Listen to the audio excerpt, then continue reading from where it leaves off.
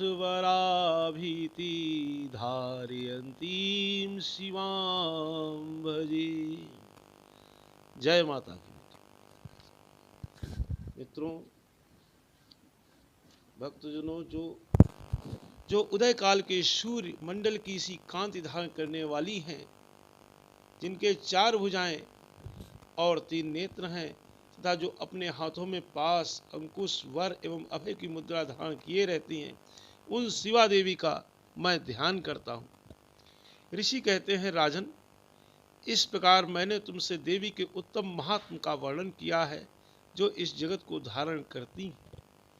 उन देवी का ऐसा ही प्रभाव है, वे ही विद्या ज्ञान उत्पन्न करती हैं। भगवान विष्णु की माया स्वरूपा उन भगवती के द्वारा ही तुम ये वैश्य तथा अन्यान्य विवेकी जन मोहित होते हैं, मोहित हुए हैं तथा आगे भी मोहित होंगे। महाराज, तुम उन्हीं परमेश्वरी की शरण में जाओ। आराधना करने पर वे ही मनुष्यों को भोग, स्वर्ग तथा मोक्ष प्रदान करती हैं।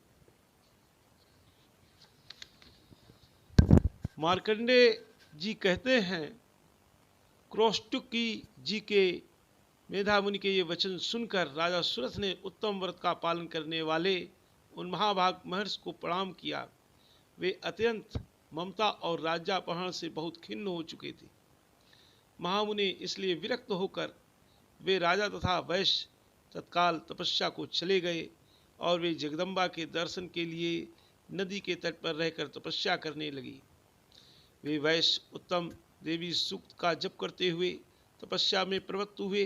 वे दोनों नदी के तट पर देवी की मिट्टी की मूर्ति बनाकर पुष्प, धूप और हवन आदि के द्वारा उनकी आराधना करने लगे। उन्होंने पहले तो आहार को धीरे धीरे कम किया, फिर बिल्कुल निराहार रहकर देवी में ही मन लगाए एकाग्रता पूर्वक उनका चिंतन आरंभ किया। वे दोनों अपने शरीर के रक्त से प्रोक्षित बलि देते हुए लगातार 3 वर्ष तक संयम पूर्वक आराधना करते रहे। इस पर प्रसन्न होकर जगत को धारण करने वाली चंडिका देवी ने प्रत्यक्ष दर्शन देकर कहा, देवी बोली, राजन तथा अपने कुल को आनंदित करने वाले वैश्य, तुम लोग जिस वस्तु की अभिलाषा रखते हो वह मुझसे मांगो, मैं संतुष्ट हूँ, अतः तुम्हें वह सब कुछ दूंगी।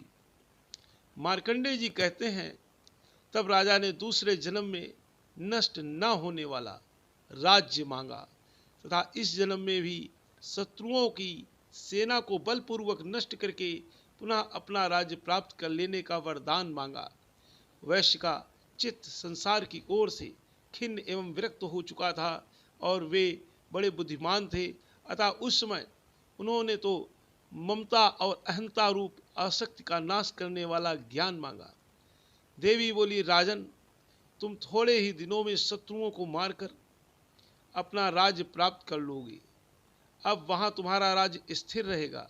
फिर मृत्यु के पश्चात तुम भगवान विवस्वान सूर्य के अंश से जन्म लेकर इस पृथ्वी पर सावर्णिक मनु के नाम से विख्यात होोगे।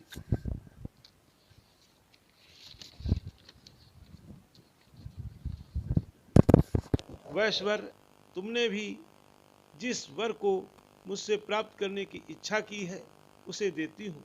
तुम्हें मोक्ष के लिए ज्ञान प्राप्त होगा। मार्कंडेय जी कहते हैं, इस प्रकार उन दोनों को मनोवांछित वरदान देकर तथा उनके द्वारा भक्ति पूर्वक अपनी स्तुति सुनकर देवी अंबिका तत्काल अंतर्ध्यान हो गई। इस तरह देवी से वरदान पाकर क्षत्रियों में श्रेष्ठ राजा सुरथ सूर्य से जन्म ले सावर्णिक नामक मनु होंगे। बोलिए जय माता की। राधे राधे। बम बम भोलेनाथ की।